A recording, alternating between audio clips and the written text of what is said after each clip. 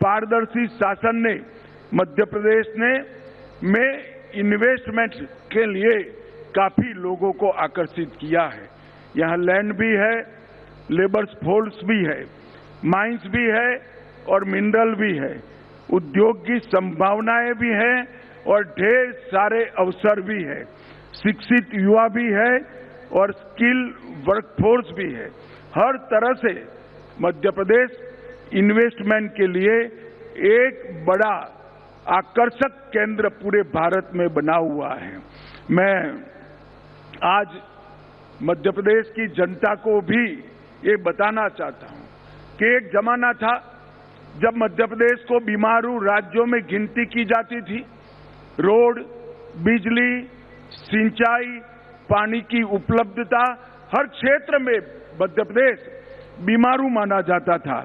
Bharatiya Janata party के सातत्यपूर्ण 20 साल के शासन के बाद आज मध्य प्रदेश में 5 लाख किलोमीटर सड़क नेटवर्क बना है, 6 हवाई अड्डे हैं, 31 गीगावाट की ऊर्जा क्षमता है, जिसमें से 30% क्लीन एनर्जी है।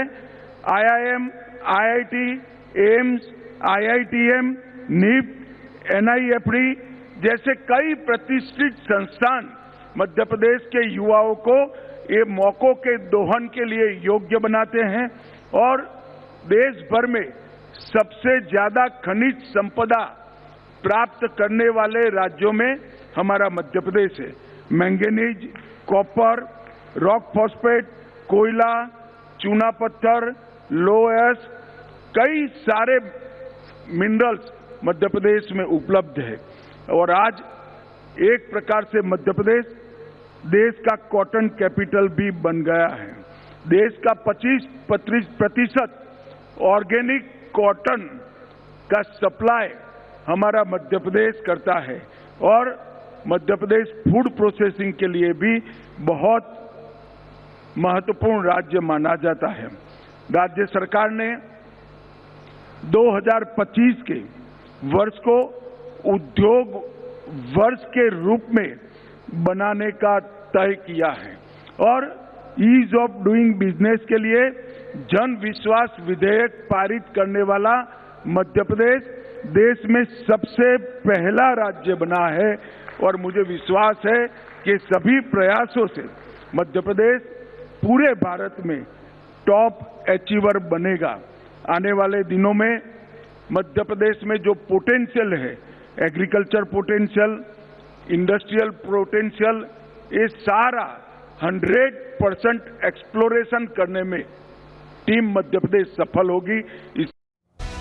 तो एमपी कैसे आगे बढ़ रहा है इसको लेकर प्रयासरत है और कई एमओयू साइन हुए हैं जो लाखों करोड़ का रोजगार का अवसर यहां लाएंगे और विकास भी ले आएंगे। ये बोल रहे थे अमित शाह। आगे बढ़ रहे हैं, अगली खबर का रुख कर रहे हैं और बात अब करने जा रहे हैं संभल की।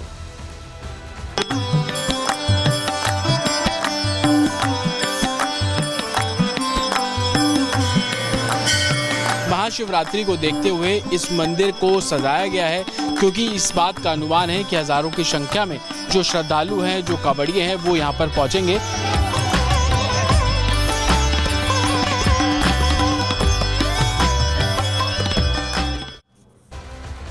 हिंसा की तस्वीरें सामने आने के बाद संभल लगातार चर्चा में बना हुआ है और अब सनातन की प्रमाणिक तस्वीरें बार बार सामने आ रही। वहीं महाशिवरात्रि को लेकर भी विशेष उत्साह संभल में देखा जा रहा है। किस तरह की तैयारियां हैं जलाभिषेक की, अब बात इसकी करने वाले हैं क्योंकि तस्वीरें लगातार ऐसी सामने आई है जहां यह भी पता चल रहा है कि श्रद्धालु 47 साल बाद वो मौका नहीं छोड़ना चाहते जहां महाशिवरात्रि में वो भगवान शिव शंकर का जलाभिषेक करेंगे उस मंदिर में जहां वो विराजमान मिले। 46 साल बाद कपाट खुले, 47 साल बाद अभिषेक करने का मौका मिला है। चलिए जानकारी आपको जल्दी से दे रहे हैं किस तरह की तैयारियां हैं संभल में। संभलेश्वर महादेव की पहली शिवरात्रि है ये। 46 साल बाद तो कपाट खुले थे, 47 साल बाद ऐसा होगा कि भक्त शिव मंदिर में जल चढ़ा पाएंगे और भारी संख्या में कांवड़ियों के आने की ऐसे में संभावना भी व्यक्त की जा रही है। मंदिर में जलाभिषेक की सभी तैयारियां पूरी कर ली गई हैं। सुरक्षा को लेकर प्रशासन पूरी तरह मुस्तैद है और मुस्लिम इलाका होने की वजह से सुरक्षा बढ़ा दी गई है क्योंकि आपको बताएं संभलेश्वर मंदिर जो जामा मस्जिद है वहां से सिर्फ 1 किलोमीटर की दूरी पर। हमारे सहयोगी की रिपोर्ट आपको दिखा रहे हैं, जतिन की रिपोर्ट देखिए। संभल का कार्तिकेश्वर महादेव मंदिर, जिसे 46 साल बाद प्रशासन ने खोला, लेकिन महाशिवरात्रि को देखते हुए इस मंदिर को सजाया गया है। तस्वीरें मैं आपको उस मंदिर की दिखा दूं। शुरुआत में इसे संभलेश्वर महादेव मंदिर बोला गया, बाद में कार्तिकेश्वर महादेव मंदिर और अब संभल महादेव मंदिर के नाम से भी इसे जाना जाता है। महाशिवरात्रि है, जिसको देखते हुए इस बात का अनुमान है कि हजारों की संख्या में जो कांवड़िए हैं वो पहुंचेंगे और जो शिवलिंग आप यहाँ पर देख रहे हैं, प्राचीन शिवलिंग, इस शिवलिंग पर जल अर्पित करेंगे।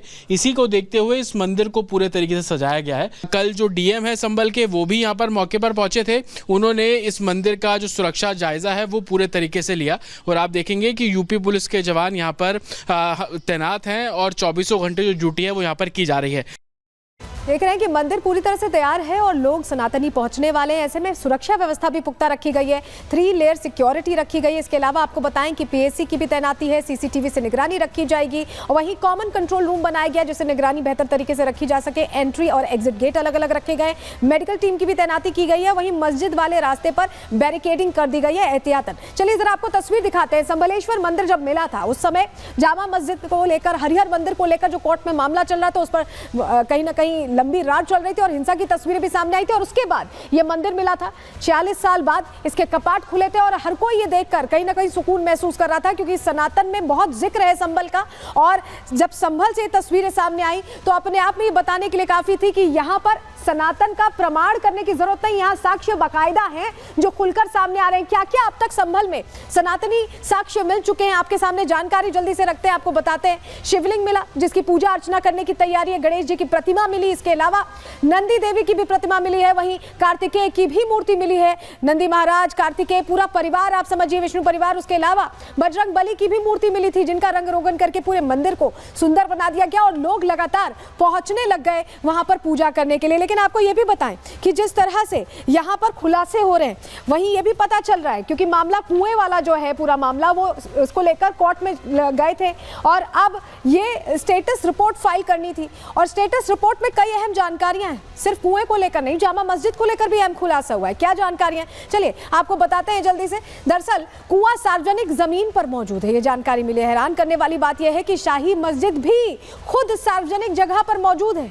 ये कुआं पुनरुद्धार वाले 19 कुओं में से एक है, क्योंकि 19 कूपों का जिक्र संभल को लेकर आता है। इस कुएं में अभी पानी नहीं है, 2020 में इसे ढक दिया गया था, इसे छिपा दिया गया था और ऐसे में कुओं को सार्वजनिक इस्तेमाल को रोकना यहाँ पर गलत बताया था कोर्ट ने क्लियर ये कहा था कि इस तरह से सार्वजनिक इस्तेमाल पर रोका नहीं जा सकता। लेकिन संभल में सनातनी सबूतों के साथ लगातार नई नई प्रतिमाएं मिल रही हैं जो सनातन के प्रति संभल का जो इतिहास है वो दोहराती दिखाई दे रही हैं। रिपोर्ट आपके सामने रख रहे हैं।